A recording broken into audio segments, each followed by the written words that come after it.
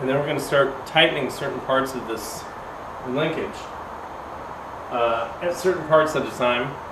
And we're going to continue to synchronize it until once again we get way back here, and then we'll be done by the time we're back here.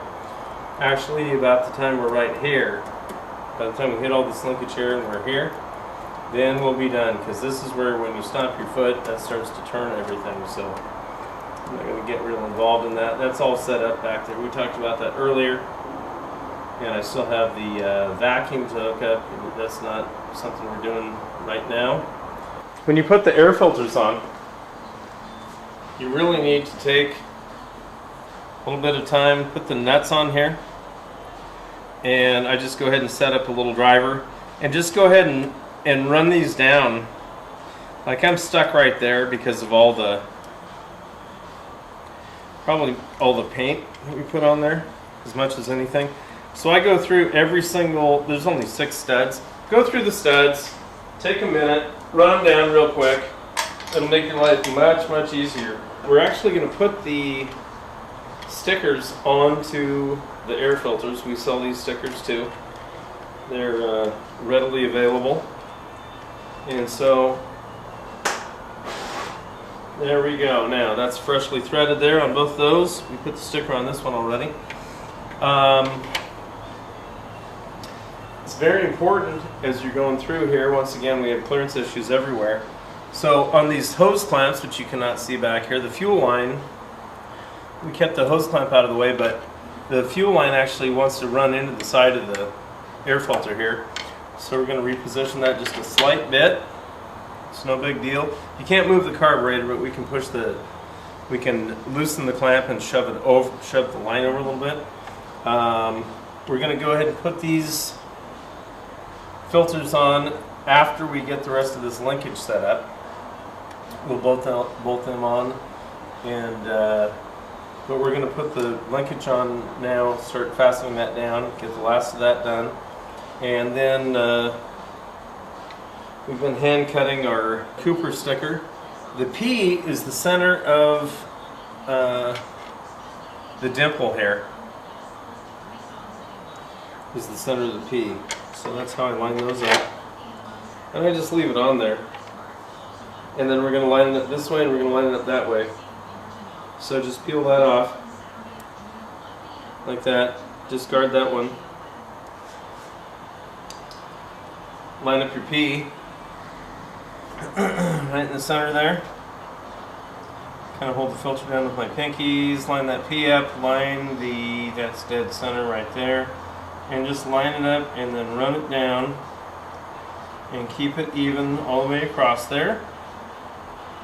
And that's how you install our super stickers. The decals that come from other places are dreadful and very hard to install. So that takes care of our stickers.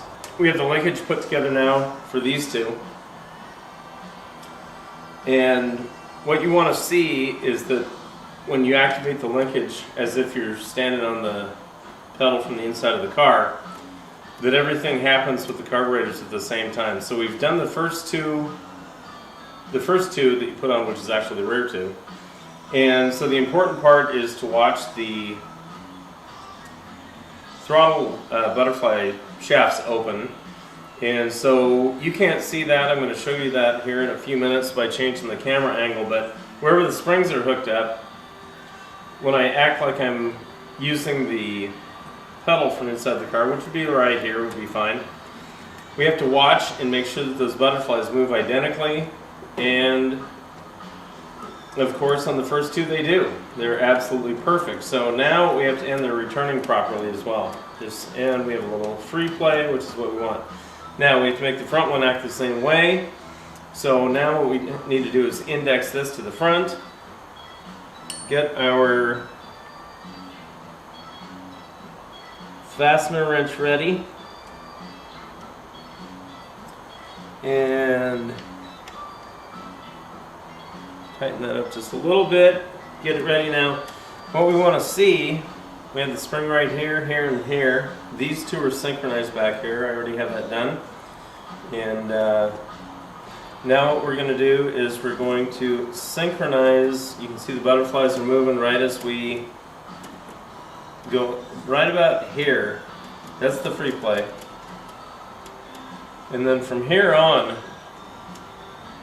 we're opening up those throttles. We're gonna back it up a little bit, back it away. And we're gonna move it forward as if we're stepping on it. Okay. And I can just see that we're starting to touch those. So any farther than that right there, I'm going to start pushing on the butterflies. So I'm going to advance this butterfly and this mechanism over here. From this linkage, the butterfly is stuck in its position, closed. I misspoke a little bit. So I'm right on the point where I'm going to start moving these two butterflies. Now I want to have that position there. I'm going to take my finger and push that down just slightly. I'm not pushing on it, I'm just holding the tension. And now we're going to do the final fitment. Throttle in the perfect position. And as a matter of fact, we have it. And so I'm going to twist that down to close it. In the final position, no reason to over torque it. You can't break them really, it's just got a socket in there. We're looking pretty sweet here. All of the contact points on all the linkage meet up at the same time. I'm supposed to stop doing that. So now we're going to watch these two here on the ends of these springs, which are your butterflies, and we're going to make sure we know they're both closed there. These are all closed. That's absolutely perfect. So now that we have that correct, and so here's our end of our pedal, if you will. So anything that I do like that is going to activate. Notice where the two springs are here. Those are the butterflies. They're completely closed now, and you see that when I activate them, they both move perfectly together. And we can also look back to this rear one. It's actually all the way back here. And we can do the same thing. Let's see what I need to see. There we go. So you can see the end of the spring here. You got the spring over here. There we go. And then when we activate both of them, see they move identically. We also have the stops down where they need to be. So that takes care of setting up the linkage. Breather system on. That's these three hoses.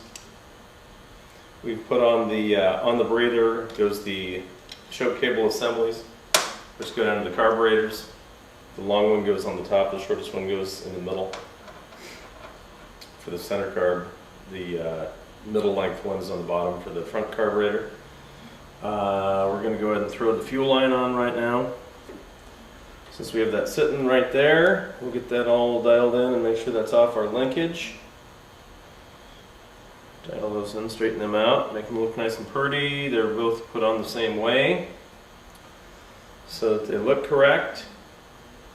And we're going to run the linkage now. Just make darn sure. Yeah, see on this one I'm hitting the line on that linkage a little bit. So I'm just going to turn that forward a little bit. Make a couple adjustments, and now I operate the line right here. I'll show you this in a few minutes. Now we've got full extension and we're not running into anybody. So I'm going to offer up the cables now for the chokes. This middle one goes to number 2. You have to take these little pins off. That's what holds it to the base of the carburetor. It's not the base of the carburetor, it's the arm of the carburetor that actuates the choke that we've been working with, and has that screw set up on it. These cables are not very good, and when they're not very good, sometimes they're very difficult to get into the holes because the cables are frayed.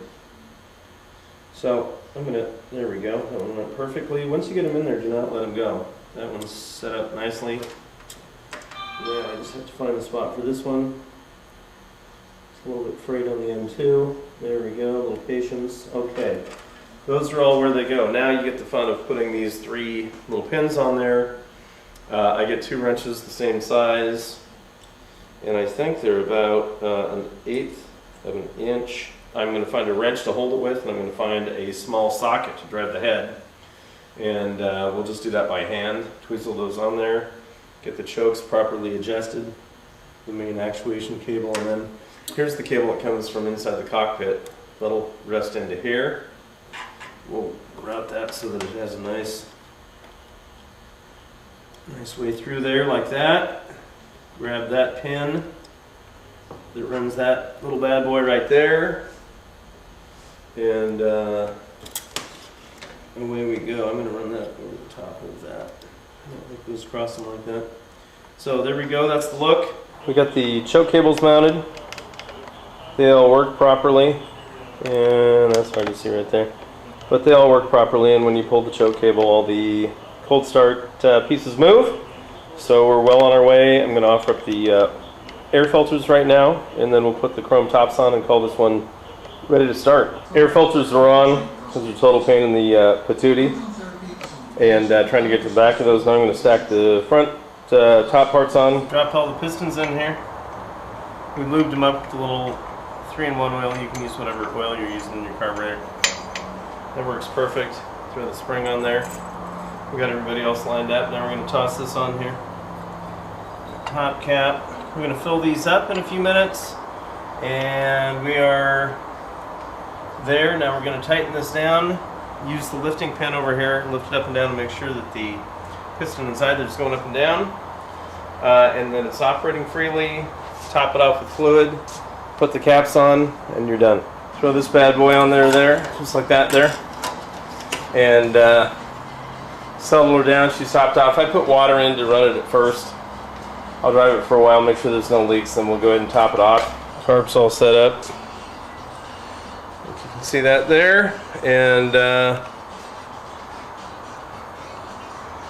we got it sharpened up.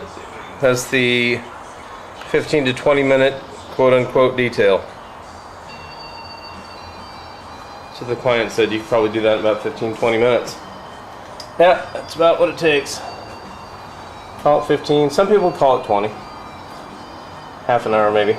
So there we go. And over and out from Scuderia Silva.